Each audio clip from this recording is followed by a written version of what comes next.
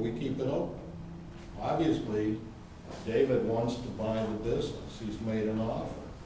Now all we have to do is find out where we're gonna meet, kiss, and make up, and form a relationship. So Well, I I have a follow-up Well, question. Eugene, raise your hand, Eugene. No, it's not there. Eugene is on the end, I know Oh, refer. This is Dr. Walker. Yeah, Dr. sorry, Walker. James Walker. I'm a commercial real estate broker, Okay, and I sell and buy businesses. You and I know about agency representation. Can you talk a little bit about Murphy's agency representation with your clients? Well, are you more buyer rep, more seller rep? we'll go both ways. Okay, We actually do it 3 ways. okay. We'll represent the seller, we'll represent the buyer, and we'll actually do a dual agency. So you will do dual agency? Yes. Okay. The difference being is, we represent the seller, and what Dr. Walker is referring to is, if I represent the seller, if he's the seller, David's the buyer. David can say Dr. Walker can say to me, okay, we got this business listed for $1 million, I'll take as low as $750. All right, I represent Dr. Walker. I don't represent David, I'm working with David. I cannot tell David that. If David's saying, gee, I'd like to, he's asking $1 million, I don't wanna go $1 million, I could go, I don't know where to go, where should I go? I'm gonna say, start at $1 million. Or make an offer of what you think it's worth. I cannot say, we'll take $750. All right, but if David, on the other hand, says to me, well, let's put an offer in at $750. But, between you and me, I'd go $850. I think it's worth $850. I take that offer back. It's my responsibility to tell Dr. Walker, here's the offer for $750, but he said he'd go up to $850. So let's cut it. Yes, and I think that's important because in the buying and selling of business is not regulated like real estate in terms of the broker. Do you have any, are you starting to get that way? In with Georgia, state laws? to be a business broker, you have to have a Georgia real estate license. Okay, that's interesting. Right. So, one of the things that attorneys I get all the time, and it makes it very difficult for us, is that I get these calls maybe once every 2 weeks where somebody's buying and selling a business, and they say we need a closing attorney, like in real estate. Right. But the difficulty is, in our legal profession, is we have to choose a side. We can't really represent the transaction.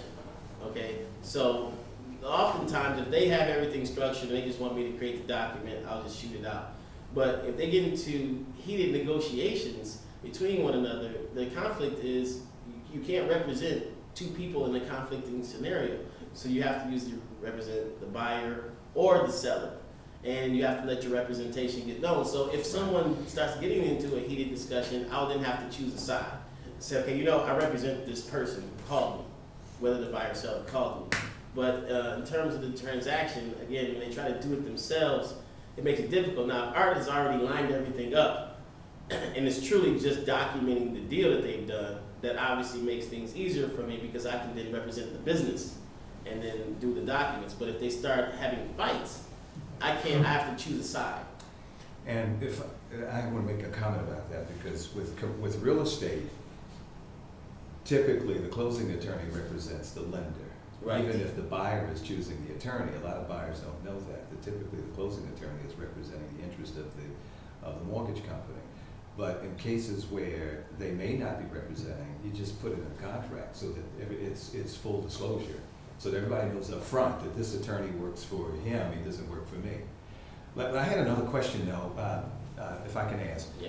So because we do have a lot of agents in Georgia with over 50,000 real estate agents licensed in the state. We have a lot of agents that will put a business for sale in the listing service that we're familiar with. Correct. So one of the challenges that I have, and most agents have quite frankly, is that they don't really have the valuation expertise that your company has. Correct. And the other is that there's so many businesses that just they don't have the financials. They're making money, they're a green business, they're getting a lot of cash. So I've used other companies where I'll say, seller, you need to talk with this valuation company so they can help you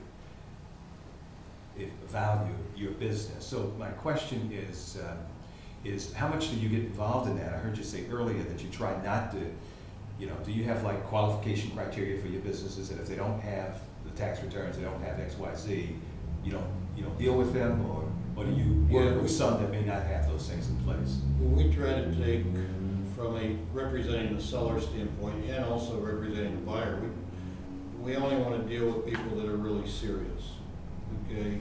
We don't want to represent a buyer that's just out there kicking tires, looking, thinks they want to be an entrepreneur, but they don't have the DNA to actually become an entrepreneur. So we don't want to waste their time with those people. From a seller standpoint, we don't want to represent a seller who has a business that A, is not making money, Right.